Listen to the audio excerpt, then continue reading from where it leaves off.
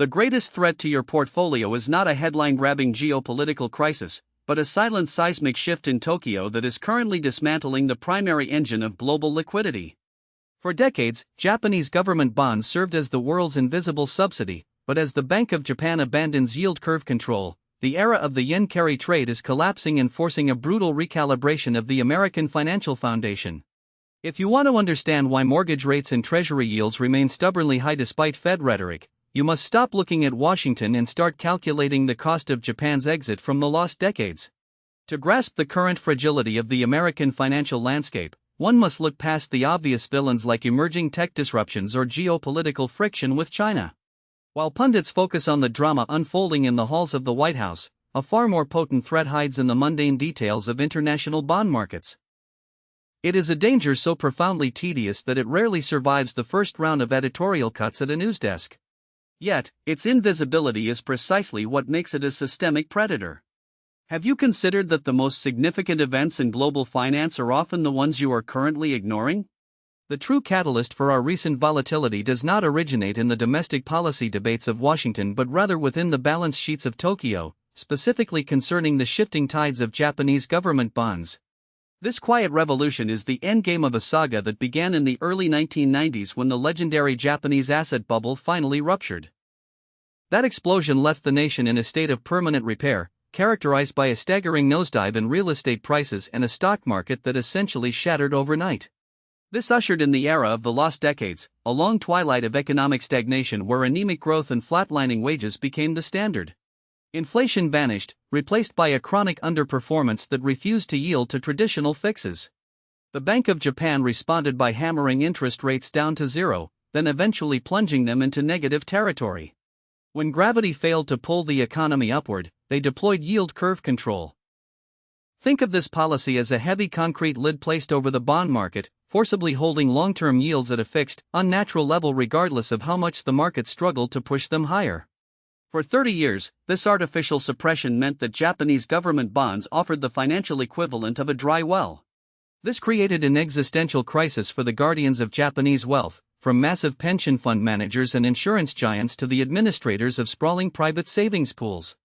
These institutions faced a brutal choice: they could watch their capital evaporate in a domestic market with no returns, or they could export their trillions across the ocean in search of a pulse.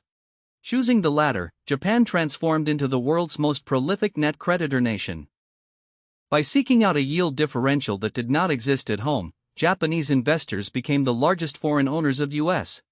Treasuries and a primary pillar of global debt markets. This was not a philanthropic effort to bolster the American economy, it was a desperate hunt for survival.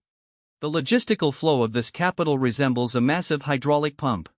An investor borrows yen at virtually no cost, swaps that currency for dollars, and then pours that cash into American assets like Treasuries. Even after paying for the various insurance costs of currency hedging, the remaining profit margin was too lucrative to ignore. This mechanism, known as the yen carry trade, effectively turned Japan into a global discount warehouse for capital. It allowed investors to harvest cheap money at the source and plant it in higher-yielding soil abroad. This explains why your mortgage rates stay high and why the stock market behaves like a startled animal at every minor update from the Fed. Despite the soft words from central bankers about easing, the global liquidity pipes are clogging because the source in Tokyo is finally drying up.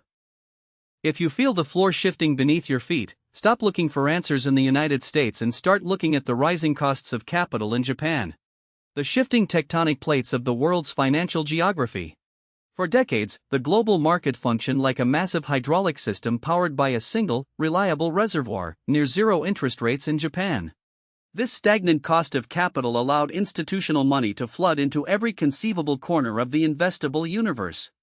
Whether it was the volatility of equities, the sprawling portfolios of commercial real estate, the high-stakes world of emerging market debt, or the intricate layers of mortgage-related securities, capital chased any return that sat even a fraction above zero.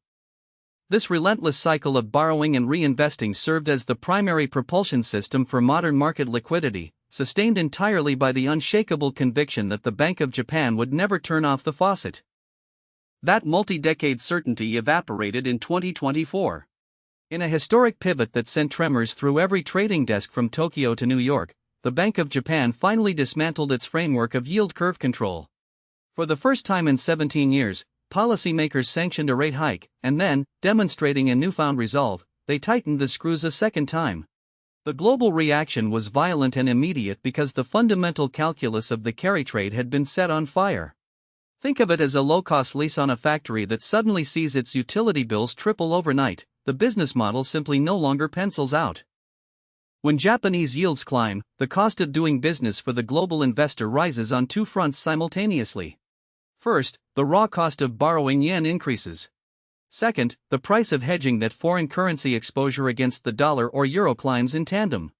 This double-edged sword slashes the profit margins of overseas carry trades. An investor who previously leveraged cheap yen to capture a spread of several percentage points in U.S. Treasuries now watches that profit margin vanish into a sea of transaction costs and interest payments. In many instances, the gap disappears entirely, turning a once lucrative pipeline into a liability. As this math breaks down across the entire financial system, the outward surge of capital does not just slow down, it reverses.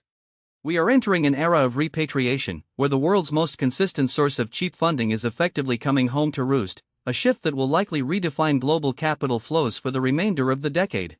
This matters because Japan was never a passive spectator in the American economy. It functioned as the bedrock buyer for long-duration U.S. government debt, a role that most observers in Washington and Wall Street continue to dangerously overlook.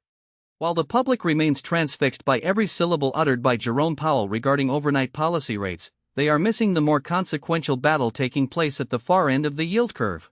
The Federal Reserve can dictate the short end, but the 10-year, 20-year, and 30-year bonds are governed by the raw laws of the jungle: supply, demand, and the appetite of the buyer.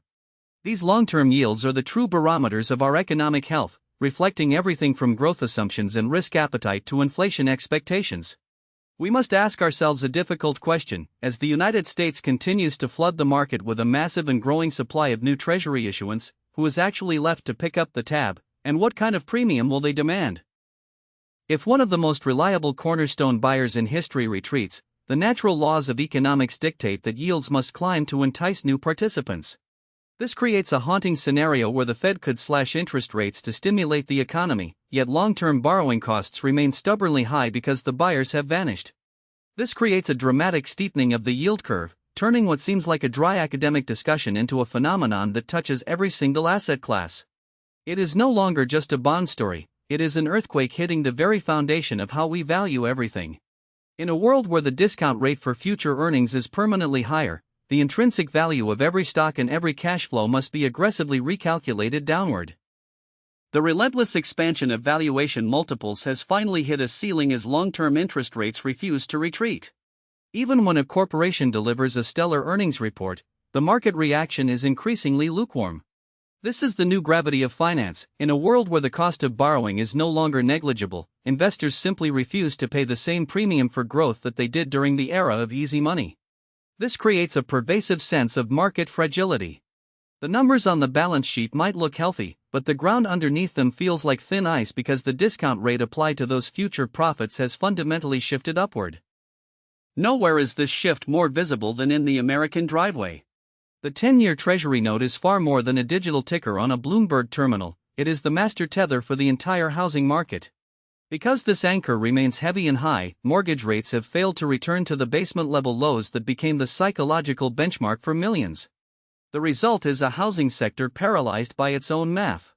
Affordability remains a desperate struggle, the refinancing window is slammed shut, and transaction volumes have withered. Families are effectively trapped in their current homes, held hostage not by a lack of desire to move, but by a financing environment that has become prohibitively expensive. This represents a violent reversal of the landscape seen in 2020 and 2021.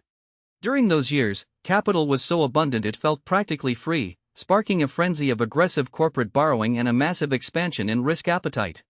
Deal-making moved at light speed and valuations soared as cheap money acted as a high-octane fuel for the entire global system. Today, that engine is stalling.